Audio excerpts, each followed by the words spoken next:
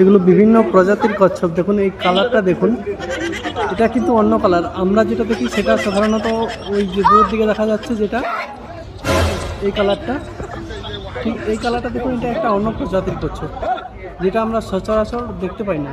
পুরো যেন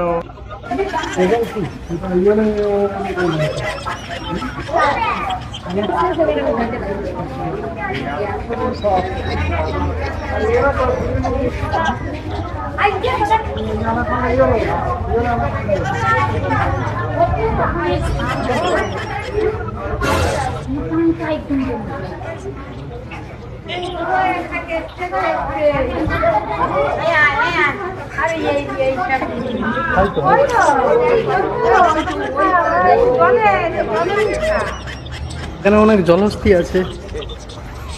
এই দেখুন দূরের দিকে দেখা যাচ্ছে টিকটিক করছে যেটা।